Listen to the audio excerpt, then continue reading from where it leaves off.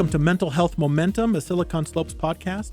I'm your host, Dr. David Morgan. I'm a licensed psychologist and the director of mental health awareness at Silicon Slopes.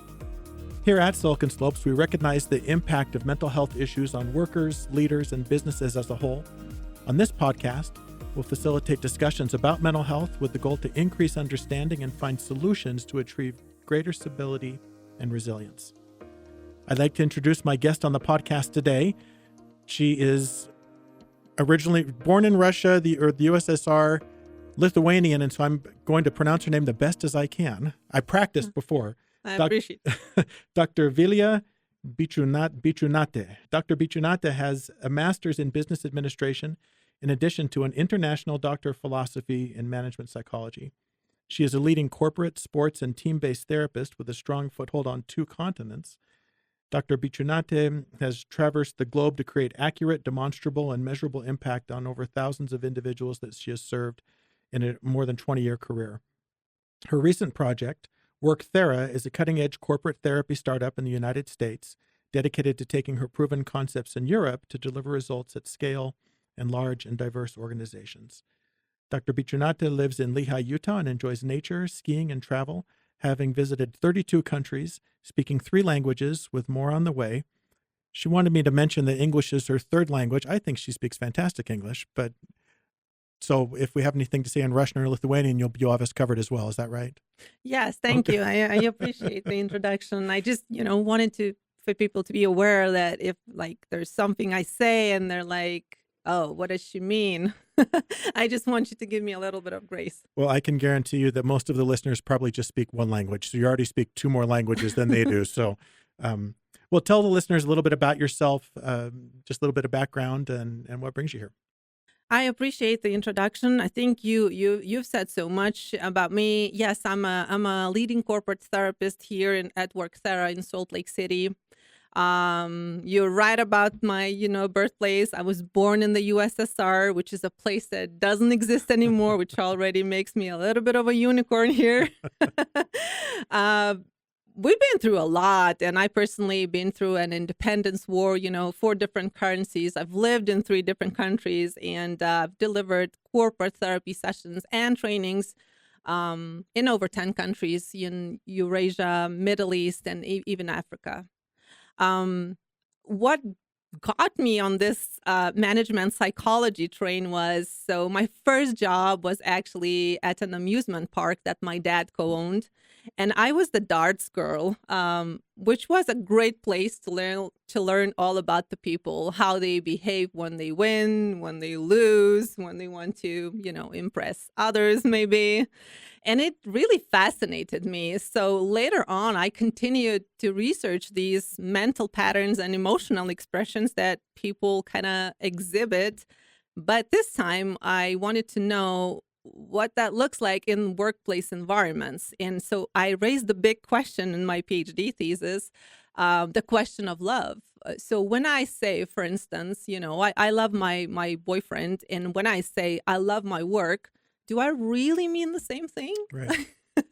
Or is it something different? And it got me worried at some point. I was scared. I was like, what if I find out that it's all the same and, there's no God in interpersonal relationships or whatnot, but that didn't happen. And you did find that there was a difference, that when someone says they love another individual, that's different than the type of love they might have for a career or like a sports team or something like that? Oh, absolutely. Okay. I was really happy to find out that it's quite different, actually. And that's one of the reasons why corporate therapy, I think, is relevant. And we must understand that it is different than traditional therapy. Yes. Because when we solve these related problems, interpersonal problems or work-related problems, we go through a very different mental and emotional process, to be honest with you. So let's say that big feeling of love. In interpersonal relationships, it kind of strikes you, and then you tend to justify that person. You give them more grace, Right. You're more proud of them. That comes later. But when we say, I love my work, for instance, or I love Nike for that matter, we want to talk brands, because we also use that word in these contexts. It's the other way around, actually. We all carry certain standards, if we, must say, and expectations to workplaces. And we know what we need. We know what we want, needs and wants, basically. It's all very simple. And then we first have those in mind, and then we find it, and then we decide that we love it. So yes, the process is kind of reversed. It's the opposite process. Yeah. Yeah. And it's more specific also. Love Sure. is just, blind. My grandpa used to say that you go into marriage with your eyes wide open, and after that you keep them half closed. He said, just because you're trying to, like you said, justify, basically. You're saying this is what I've chosen. Yes. This is the life I've chosen, and so I want to kind of make that work. But you're saying in employment, it's completely different, because people are saying, I need all of my criteria to basically be met in order for me to fall in love, so to speak, with my employment. When you say corporate therapy, can you explain what you mean by that? Because I'm guessing that most listeners have probably never heard that before. Yes, absolutely. So corporate therapy is actually the method that I developed in my PhD thesis when I was researching all these, repetitive thoughts that we have, and, emotional states that we're in terms of employment and love for brands and all that stuff. And I started testing it, and it really got me to this place where I was able to double and triple, performance of people in IT companies, banks, pharmaceutical companies, and even working one-on-one with some, high-level individuals such as Paralympians and the EuroLeague basketball players. So yeah, I mean, I love your grandma's advice. That's just an amazing advice. Everybody should follow it in their personal lives. But unfortunately, yes, at work, we kind of keep our eyes open. Exactly. Yeah, 100%.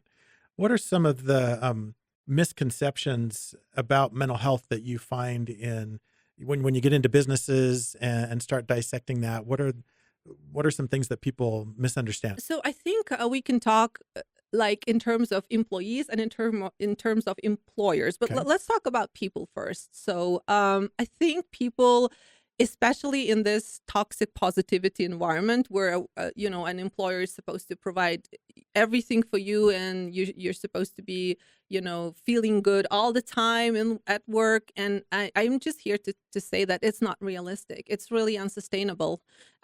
We do feel and we do think at work all the time, and it's really unrealistic to expect that we will always feel good at work, or we will always think well about our colleagues, because we won't. I think it's important to understand that all sorts of emotions and all sorts of thoughts will come to you, and it's not about avoiding them or like blaming it on the workplace that, they can't give me what I need or they can't give me what I want. It's about self-management as well.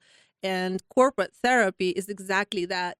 Those tools and techniques that we actually need to help ourselves be good at work, which is everybody really wants that. No one Right. really wakes up and goes to work thinking, let me do my worst. Right. We all have good intentions. We just don't have the tools and the means. And as I've mentioned, traditional therapy cannot really help you fully, because you can't just talk it out with your boss. You're Right. not. That therapy model that we have, like in regular counseling, you're saying you can't do that at work. You can't go into your boss and have a therapy session, basically. No, you Yeah. can't do that. At the end of the day, no matter how you feel, no matter what you think, and no matter what kind of a stressor the workplace is going through, let's say change, or growth, or, the opposite of growth, like Right. companies go through all these states, and those are stressful situations per se. Just change is not easy on anyone in any context. And yeah, so I'm saying that when you go through these things, you still have to show up and perform at your best. You can't, go into your boss's office and say, let's talk about it, because there's functions to be performed. Sure. And you will, at the end of the day, you will be measured according to that performance criteria. It doesn't matter if you're having a good day or a bad day. So yes, it's a little different. I love that idea that you mentioned about how that we're dealing with all sorts of emotions at work, both positive and negative.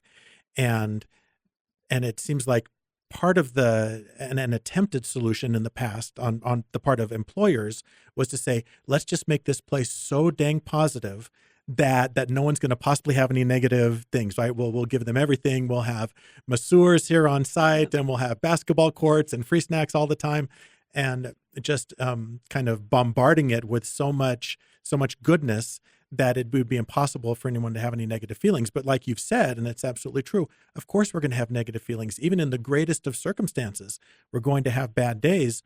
And that's not to say that business leaders shouldn't strive to have a healthy culture and maybe some amenities that are good for people, but to acknowledge that in and of itself isn't going to do the whole trick, that we still have to have things in place to deal with the negative when it comes. And that's where the corporate therapy comes into place. It's like, okay, well then when you're having the dysfunction, like family therapy, when there's a dysfunction in family, you have family therapy and sit down with all the stakeholders there and have discussions and that's basically what you need to do to solve some problems at the business level. Yes, absolutely. So, let's say, in family therapy, it's just like, it's like a little country in itself, there's general functions you need to perform, but it's just a matter of agreement. A wife can do the dishes, or the husband can do the dishes, or both can do the dishes. But obviously that cannot happen in the workplace. Right. Somebody does the dishes, period. That's what they get hired for, was to do the dishes, right? Yeah. So yes, you're right. I mean, and then on the employer side, like, I salute all the efforts in general. If they want to help employees as people, to deal with their personal life challenges, that's great. What I am saying though, it's not enough. And if we want to talk about this work-life balance, like for real, right, I think we need to acknowledge the fact that it's not only that our personal lives influence our work lives, but also that our work lives influence our personal lives. And just mathematically, to be honest with you, it's just numbers. We spend more time at work right, than we spend at home. at least aware at home, right? We sleep at home, but you're right. More consciously. Yeah, consciously, exactly. Yeah. So that influencer cannot be forgotten. Right. Not at all. And I think that's definitely something we need to address with corporate therapy for sure, to really have the balance that we are talking about. And I think that's where it behooves business leaders to kind of get educated about it, right? To say, because they may have the greatest of intentions and say, I want to provide all these good things, but if you don't know what is actually needed to provide, then you may end up doing a bunch of good things, spending a lot of time and spending a lot of money on things that may not necessarily be effective. And that's where mental health professionals come into play, and corporate mental health professionals, is to say, so what do you want? What is the outcome you want with your employees? Okay, then here's a menu of things that you could choose from to achieve that, which may have not been the menu that they were considering previously, just because everyone has their different expertise. We all, and that's where you come into play. I love that. Absolutely. Like, even if we talk about some metrics, let's say that the employees are measured against, let's say engagement, right? Okay. It can have very different reasons for it to be a bad number. Like, people disengage for different reasons. There is no one size fit all here. And that's where those conversations or sessions come in, as you right. said. Yeah. To help them better understand everyone, I think most business leaders are aware of what the problems are. They see those all the time, right? I mean, because that's reflected in balance sheets, and it's reflected in employee performance and absenteeism and all those sorts of things, right? Those all tell a story about about what's happening with the business. The trick is what then becomes the solution, right? What is the solution?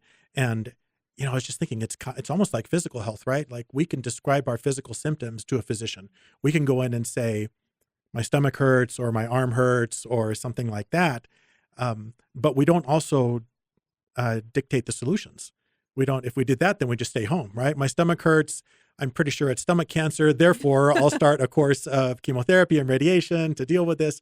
No, we go to a physician, and she does tests, and then she diagnoses and says, here's what you need to do. I just thought about that. I thought, well, that's basically the same thing. people are aware of the problem, but then they need someone who is aware of the potential solutions to come in and do something about that. Yeah, it's spot on. I mean, addressing those ROIs head on is not the best solution for Right, sure. right. So, like, let's say, you see that, teamwork could be better, and then you take everybody to a bar, and that is not going to be a solution that would be sustainable for sure. Right, right, exactly. So as far as mental health education, what are good ways to integrate that into the workplace? I think that because people are talking about that a lot now, as they should, and like you said, we're being influenced from both sides, right? Our work life is influencing our personal life, which is then influencing our work life. You could look at it as a cycle almost, and it's just kind of turning over and over and over again. And so my experience as a psychologist has been that people are, generally speaking, are very uninformed regarding mental health issues. At least, maybe not uninformed isn't the right word, but the information they have isn't necessarily accurate. They've heard a lot of things. They'll read some things. They'll watch some YouTube videos. So what is the role, and how can we better educate people regarding mental health in the workplace? Yeah, so my personal vision is that in every company in the whole world, there is access, if not a full-on corporate therapist on site. There's some sort of access that the employees have to have these conversations or sessions with a corporate therapist to close their week, to keep their minds, and emotional states healthy, managed, and they go home and then they can be fully there rather than bring work from to home and then torture their spouses at the dinner table, Right. and then just complain about their bosses or whatnot, which doesn't solve anything anyway.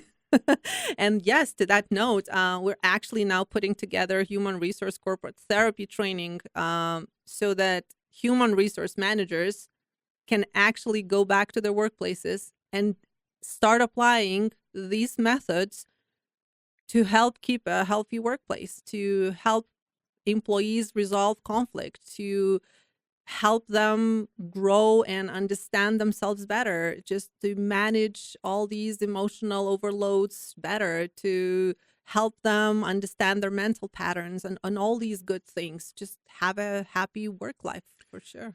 So one of the services you offer then is you're saying that there might be existing people at businesses that could be trained to do this. That's what you're saying. You're not saying a business is to hire another person. You're saying, let us come in and teach you, your HR people, how to do this, these principles and those sorts of things, and then they could execute from there? Yes, absolutely. This Okay. is something we're putting together right now. Nice. So that those human resource managers, probably, I don't think that the whole department, Sure.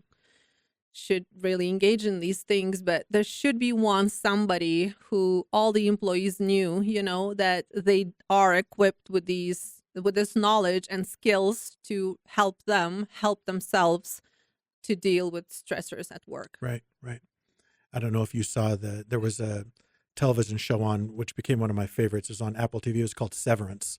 Did you ever, you I probably have never saw it? not. Okay. But this, you would love it, because it's, these people work at this place, and one of the conditions of working there is you have to go through it's a surgery where they actually sever part of your brain so that you don't remember the things you do at work when you're at home. Interesting. And when you're home, you don't remember. And so when they walk into work and they go up the elevator, there's something that it's, science fiction. So there's something that kind of shifts, and all of a sudden they're back into work mode.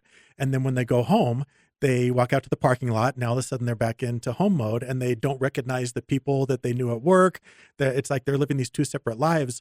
But the challenge is despite the surgery and all the efforts, bleeding over starts to happen, and they start to remember those things. It's just like we're saying, that circle, right? Yes. It's unavoidable. You'd love it. You should watch it. Well, you should wait till season 2 comes out, because season 1 ended on a cliffhanger, and I'm dying to watch season 2, and it's like another year out. So That's what I'm going to do this give it a yeah. So when we talk about workplace burnout and stress, and you and I were talking about this earlier, and those are popular kind of buzzword type things. What's your opinion of that? I mean, what's its effect? How does it What are good ways to deal with it? So I started my so-called serious career, let's call it, in advertising agency in the 90s in Lithuania. And we just regained our independence, and it was the Wild West at its best. And there was so much unhealthy competition, power struggles, ego battles, and overburn in general, because it was a dog-eat-dog kind of a situation. And I went through it all, rookie traps, career crises, all the team dysfunctions were there. And I think what I've learned is that these things are unavoidable. And at some point, we all go through these things at some point in our careers.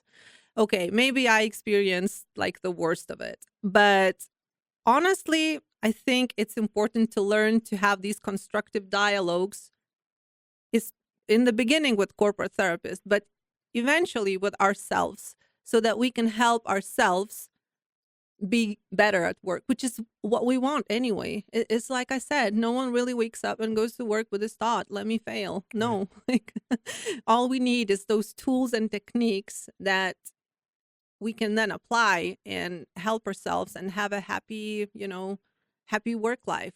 So I think the stressors will be there, message number one. And I think message number two is that we can and should help ourselves in the right ways to go through this, to grow. Growth spurts are never easy, Right. but that's the idea of life. In personal life we grow, and in work life we grow too. And it's not comfortable, Right. but that's the path. It all comes through some sort of disruption, right? I mean, any major progress that you make usually comes as the result of something when the train kind of goes off the tracks, and then we have to figure out what to do from there and how to fix it. And then we learn new ways of doing things, or reinforce old ways of doing things that were good and that we just needed to do more or more effectively.